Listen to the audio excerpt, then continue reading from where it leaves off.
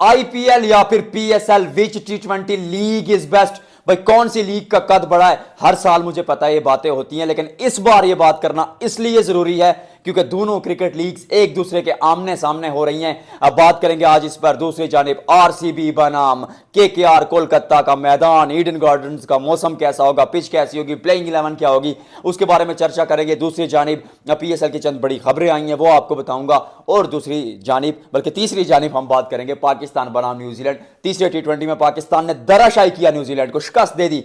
लेकिन अब क्या पाकिस्तान चौथे टी20 में जो कल खेला जाएगा उसमें कमबैक कर सकता है? उस मुकाबले का प्रीव्यू करेंगे। सबसे पहले एक्चुअली में बात करना जरूरी है कि आरसीबी बनाम केकेआर। देखिए मौसम आज वहां पर बादल रहने का इम्कान है, लेकिन बारिश का कोई इम्कान नहीं है। 7 से 8% बारिश का इम्कान है। हाँ, कल ईडन गार्डन्स में बारिश का इम्कान है, लेकिन आज जो है कोलकाता की पिच एकदम सपाट रहने वाली है बल्लेबाजी के लिए, और मौसम रहेगा खेल के लिए बेहतरीन। अब प्लेइंग 11 की अगर बात करें तो आरसीबी, लेकिन सबसे पहले एक खास फैक्ट आपको बता दूं कि 2008 में जब आईपीएल की तारीख का पहला मैच था वो केकेआर और आरसीबी के माबेन था। उसके बाद आईपीएल के पहले मैच में केकेआर और आरसीबी कभी आमने सामने नहीं हुए। हो गए ना हैरान? वीडियो को कीजिएगा लाइक और शेयर, कमेंट सेक्शन में बताइएगा आप कहां से देख रहे हैं। हम डिटेल में चर्चा किए करते रहेंगे। आरसीबी की एक्चुअली में अगर प्लेइंग 11 की बात जो मुझे लगता है वो होगी, वो ये रहने वाली है कि फिल साल्ट वहां पर आएंगे, फिर विराट कोहली होंगे, डेविड पार्टिकल को खिलाया जाएगा, देवदत्त पार्टिकल, फिर रजत पाटीदार आएंगे, लियाम लिविंगस्टोन से अटैक किया जाएगा, फिर जितेश शर्मा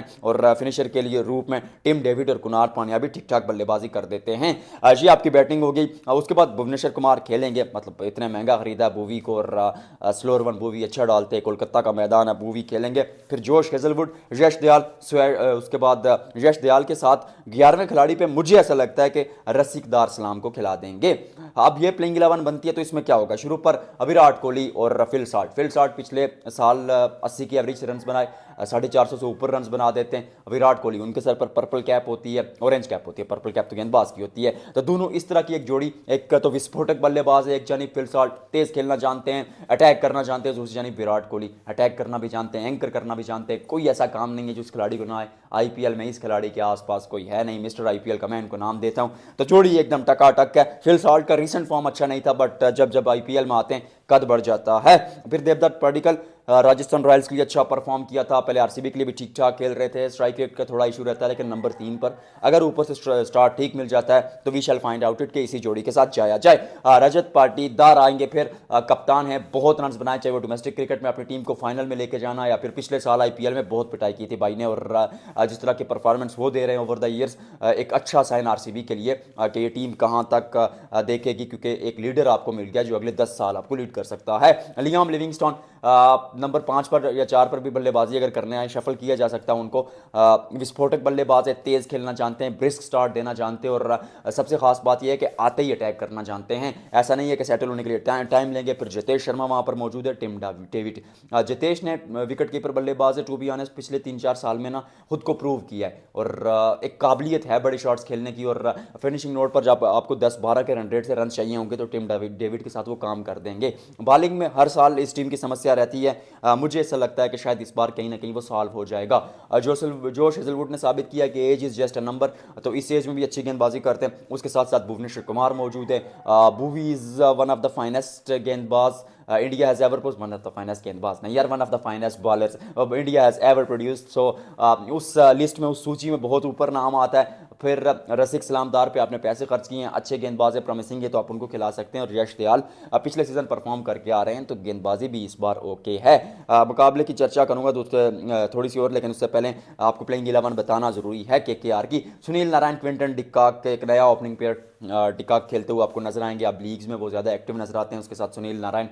इस टीम के साथ वो ताल्लुक ऐसा है, याराना ऐसा कि मतलब सुनील नारायण आपको खेलते हुए नजर आएंगे। अजिंक्य रहाणे कप्तान बनाया है। इंटरेस्टिंग डिसीजन मेरे लिए ज़रूर था, क्योंकि 2-3 साल पहले तक रहाणे वो आईपीएल एक्शन में अनसोल्ड जाते थे पहले राउंड में, दूसरे राउंड में उनको कोई बेस्ट पे पर टीम पिक करती थी, पर सीएसके ने जब से पिक किया और सीएसके ने महेंद्र सिंह धोनी ने, थाला ने जैसे उनको यूज़ किया, तो इस खिलाड़ी का कद बढ़ जाता है। कप्तान बना दिया, वेंकटेश अय्यर वाइस कैप्टन होंगे। उसके बाद अंकुरिश रघुवंशी वहाँ पर मौजूद होंगे। उसके बाद रिंकू सिंह, आंड्रे रसल, रमनदीप सिंह, उसके बाद स्पेंसर जॉनसन को में भी ये खिला दें, मुझे ऐसा लगता है वैभव अरोरा का एक चांस बन रहा है कि उनको आप मौका दे सकते हैं। हर्षित राणा और वरुण चक्रवर्ती, हर्षित राणा मीडिया के लिए खेल के आए, कलर लेके आए ब्लू, और उसके साथ वरुण चक्रवर्ती भी टीम इंडिया के लिए खेल के आए और परफॉर्म बहुत करके आए। दोनों ने अच्छा किया था तो उन पर नजरें होंगी। अब इस टीम के अगर बारे में नजर दौड़ाई जाए तो सुनील नारायण ताबड़तोड़ आगाज के लिए जाने जाते हैं, मतलब चले तो चांद तक, ना चले तो फिर ज़मीन से भी कहीं नीचे। और क्विंटन डिकाक दोनों बाएं हाथ के बल्लेबाज है, अटैक करते हुए आपको नजर आएंगे। मे भी 10 में से 4 मैचेस में करके दें, 6 में ना करके दें, बट इन दोनों से वही एक उम्मीद, वही एक अपेक्षा की जाएगी। अजिंक्य रहाणे ने बहुत परफॉर्म किया, but we have to find out it कि अभी उनकी फॉर्म कैसी चल रही है, और जब आईपीएल में आते हैं तो मॉडर्न डे क्रिकेट में कैसे सर्वाइव करते हैं। वेंकटेश अय्यर अब बहुत प्रॉमिस, मुझे लग रहा था कि कप्तान बना देंगे, लेकिन इट्स टू अर्ली, शायद मैनेजमेंट ने सोचा और उनको वाइस कैप्टन के तौर पर रखा गया। फिर आंड्रे रसल और रमनदीप सिंह, मतलब मुझे ऐसा लगता है कि फिनिशिंग भी ठीक ठाक है। आंड्रे रसल पे भी वही बात आएगी कि जो आप 25 साल की उम्र में काम करते हैं वो 35 साल की उम्र में क्या कर पाएंगे, ये एक बड़ा सवाल है। गेंदबाजी ठीक ठाक है। वरुण चक्रवर्ती हमेशा फंसाते हैं बल्लेबाजों को, और खासतौर पर जब ईडन गार्डन्स की बारी आएगी, थोड़ा सा अगर मॉइस्चर विकेट पर उनको मिल जाता है तो he will be an absolute pitch, और गेंद अगर लो रहता है, पिच स्लो रहता है, तो फिर इस खिलाड़ी को पकड़ना मुश्किल हो जाएगा। कौन ये मुकाबला जीतेगा, मुझे लगता है आरसीबी ये मुकाबला जीत जाएगा। भले ही केकेआर का होम ग्राउंड है, लेकिन आरसीबी का मैं इसलिए कह रहा हूं क्योंकि उनकी टीम मोर बैलेंस नजर आ रही है। अब पीएसएल की 2-3 खबरें मैं आपको बताऊंगा, उसके साथ इन दोनों का कंपैरिजन करेंगे, और फिर एंड पे हम बात करेंगे पाकिस्तान बनाम न्यूजीलैंड माउंट मंगोनोई के मैदान पर वो मुकाबला खेला जाएगा। पीएसएल की 3 खबरें ये हैं जी कि पीएसएल को फिलहाल पाकिस्तान क्रिकेट बोर्ड ने एक ब्रांड बनाने का फैसला कर लिया है। पाकिस्तान क्रिकेट बोर्ड ने ब्रॉडकास्टर्स को कह दिया कि भाईजान अब जो क्वालिटी होगी ना ब्रॉडकास्टिंग की, वो 4K से भी ऊपर होनी चाहिए। अब वो मतलब थर्ड क्लास क्वालिटी, वो ख़राब कैमरा वर्क, वो विजुअल्स बुरे नज़र जो आते रहते हैं, वो जो ग्राफिक्स क्वालिटी कम होती है वो नहीं चलेगी। एक तो ये चीज़, उसके बाद ये कहा गया कि जो मैचेस होंगे ना, और उसका क्या कहते हैं, ये जो पाकिस्तान सुपर लीग के मैचेस होंगे ना, एक तो इनको ब्रॉडकास्ट आपने नंबर 1 करना है, दूसरा आपने इसको एक सेपरेट कंपनी बता देना है। पीएसएल अब पीसीबी के साथ उस तरह काम नहीं करेगी, एक सेपरेट कंपनी बनकर करके ऑब्वियसली आएगी पीसीबी के अंडर ही, लेकिन वो एक नई टीम, एक नया कोर आएगा इसको बनाने के लिए, और पाकिस्तान क्रिकेट बोर्ड ने फैसला किया है। अब इसी से कंपेरिजन करते हैं आईपीएल और पीएसएल का। सच कहूँ अगर तो सबसे पहले मनी की बात आती है। अगर पैसे की बात की जाए तो पीएसएल के मीडिया राइट्स बिकते हैं तकरीबन 4 बिलियन पाकिस्तानी रुपएज़ में, जबकि आईपीएल के जो राइट्स बिकते हैं मीडिया, वो 23 बिलियन इंडियन रुपीज़ में, जो पाकिस्तानी रुपयों में तकरीबन 60 बिलियन के करीब बनता है। एक तरफ 8 बिलियन, 60 बिलियन, पैसे में तो कोई कंपैरिजन है नहीं। और broadcasting quality to be honest IPL की थोड़ी सी Pakistan cricket league, super league से ज़्यादा होती है, लेकिन जहाँ क्वालिटी क्रिकेट की बात आती है, सच कहूँगा कि पीएसएल में भी उस तरह के मैचेस प्रोड्यूस किए जाते हैं। 2019 के बाद इस लीग के अगर मैचेस देखे तो वो नेल बाइटर बहुत ज़्यादा थे। सुपर ओवर मतलब एक एक दो दो सुपर ओवर तो दिन के हो रहे थे, और उसके साथ साथ जो बॉलिंग की क्वालिटी है वो कहीं ना कहीं मुझे ऐसा लगता है कि आईपीएल में पीएसएल से ज़्यादा है, और जो बैटिंग की क्वालिटी है वो आईपीएल में पीएसएल से ज़्यादा है। दोनों लीग्स अपने अपने मुल्क की ब्रांड्स बन चुकी हैं, लेकिन उस सूची में, उस लिस्ट में, और रेवेन्यू में, क्वालिटी ऑफ क्रिकेट में, ब्रॉडकास्ट में, और वो जितना पैसा इन्वॉल्व होता है उस लिस्ट में अगर देखें तो सच कहना पड़ेगा, no shame in accepting that, कि आईपीएल उससे ऊपर है। उसकी सबसे बड़ी वजह है कि दुनिया के स्टार्स टॉप खिलाड़ी जो आपके होते हैं, जो आपके सुपर स्टार्स होते हैं, वो आपके आईपीएल में खेलते हैं। मतलब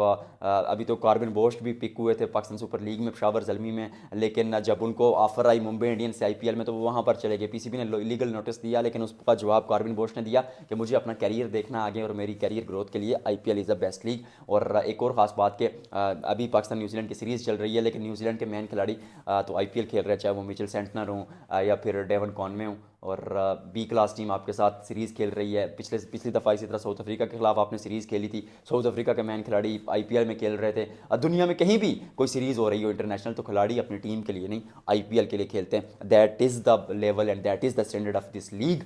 और उसके साथ साथ एक और ख़ास बात ये होती है कि जो क्या कहते हैं, एक जमगट्ठा बन जाता है ना इस लीग का, वो ये कहता है कि उस दौरान 1-2 महीने में कोई इंटरनेशनल सीरीज़ हो ही ना। आईसीसी भी कहता है बीसीसीआई को कि भाईजान आप माई बाप है, आप ये लीग करा दें, आपको कौन रोकने वाला है, हम इंटरनेशनल मैचेस नहीं कराएंगे। पाकिस्तान की एक आध सीरीज़ होती है क्योंकि पाकिस्तानी खिलाड़ी आईपीएल में खेलते हैं नहीं। तो दोनों लीग का एक अपना अपना महत्व है, अपनी अपनी इंपॉर्टेंस है। क्वालिटी ऑफ क्रिकेट दोनों जगह पाई जाती है, but in terms of some dimensions Pakistan super league से, पीएसएल से आईपीएल थोड़ी ऊपर है, but PSL can catch up. क्या इस सीजन में दोनों सीजन जब बराबरी पर होंगे तो ये देखने वाला होगा। इसका डिटेल में प्रीव्यू करूंगा कि दोनों सीजन जब एक दूसरे के बराबर आएंगे ना तो ये टक्कर कैसी रहने वाली है, क्योंकि व्यूवर्स तो पाकिस्तान के भी हैं, एशिया में तो पाकिस्तान को भी देखा जाता है, दुनिया भर में पीएसएल को देखा जाता है, इसीलिए तो स्काई स्पोर्ट्स राइट्स खरीदता है। मगर आईपीएल में भी तो सुपरस्टार्स बड़े मछुआरे बैठे हुए हैं, वो क्या करेंगे, उस पर बात करेंगे। उसके साथ साथ अभी पाकिस्तान न्यूजीलैंड का चौथा टी20 मुकाबला, तीसरी टी20 में हसन नवाज की शानदार बल्लेबाजी, पाकिस्तान ने धराशायी कर दिया, नीस्तो नाबूद कर दिया न्यूजीलैंड को ऑकलैंड के मैदान पर। लेकिन जब आप बे ओवल माउंट मंगोनई में आएंगे तो वहाँ पर चीज़ें मुश्किल होंगी, बाउंस आपको एक्स्ट्रा मिलेगा। ऑकलैंड में सच कहूँ तो ड्रॉप इन पिचेस थी, उतना बाउंस था नहीं, सेमी कंडीशंस उतनी ज़्यादा नहीं थी जितनी आपको माउंट मंगोनई में मिलेंगी। लेकिन यहाँ पर क्या हो सकता है कि पाकिस्तान उसी सोच के साथ उतरेगा, अगर तो जीत सकता है, क्योंकि टी20 में वो कहते हैं कि अगर आप अपनी अगली टीम पर अटैक करेंगे तो आप मुकाबले में आगे जाएंगे, नहीं तो आपके लिए दिक्कतें और मुश्किलात होंगी। इस मुकाबले से क्या उम्मीद की जा सकती है? पाकिस्तान टीम मुझे लगता है कि कोई बदलाव, कोई तब्दीली नहीं करेगी, क्योंकि हारिस रऊफ ने अच्छी गेंदबाजी की, शाहीन शाह अफरीदी बस ओके। उसके साथ साथ अगर बात की जाए शादाब खान ने भी एक विकेट ली, बरसों बाद स्पिनर्स वर राउंड अबाउट होकर बात बनेगी, तो फिर तेज़ गेंदबाजी को छेड़ने की ज़रूरत नहीं है, क्योंकि अब्बास अफरीदी की परसों की वीडियो में मैंने बात की थी कि खिला देना चाहिए इस लड़के को, कल खिलाया, परफॉर्म कर दिया, और वो बल्लेबाजी भी ठीक ठाक करते हैं। दूसरी जानिब अगर बल्लेबाजी की बात की जाए तो उमर बिन यूसुफ एक मात्र चेंज बन सकता था, मगर क्योंकि परफॉर्म कर दिया, हसन नवाज ने फास्टेस्ट सोल गा दिया पाकिस्तान की तारीख का, तो उनको आप छेड़ेंगे नहीं। मोहम्मद हारिस मतलब he is one of 3 dimensional player, x factor है, शुरू पर अटैक करता है, इस तरह की तलवार है, तो उसको न्याम में नहीं रखने का, बाहर निकालने का, तो हारिस भी आपको खेलते हुए नजर आएंगे। और उसके साथ साथ नीचे अगर देखा जाए तो सलमान अली आगा ने 50 किया, उसके साथ साथ बाकी किसी की बारी आई ही नहीं है। तो जब तीसरे टी20 में आपने उनको रखा था, किसी की बारी आई ही नहीं, तो फिर ड्रॉप करना क्यों ज़रूरी है? क्या पाकिस्तानी मुकाबला जीत सकता है? देखिए, मुझे लगता है कि पाकिस्तान तीसरे चौथे टी20 में मुकाबला जीते ना जीते पर फाइट करता हुआ नजर आएगा। थोड़ी सी दिक्कतें जरूर होंगी इस पक्ष पर, but Pakistan can fight back. New Zealand से आप क्या उम्मीद कर सकते हैं? पिछले मैच में पाकिस्तान ने उनको करीब तक नहीं आने दिया, तो 204 रन बनाकर भी अगर आप हार जाते तो फिर क्या होगा? फिर एक दफ़ा टॉस पे बात होगी। पहले दिन मैंने कहा था कि जो टॉस जीतेगा अब वो गेंदबाजी के लिए जाएगा, चेज़ करेगा, मैच जीत जाएगा, ये कहानी रहने वाली है। तो कल भी टॉस पर बड़ा अहम ये रोल रहने वाला है। तो आज की वीडियो में फिलहाल इतना ही, आपसे मुलाकात होती है कल।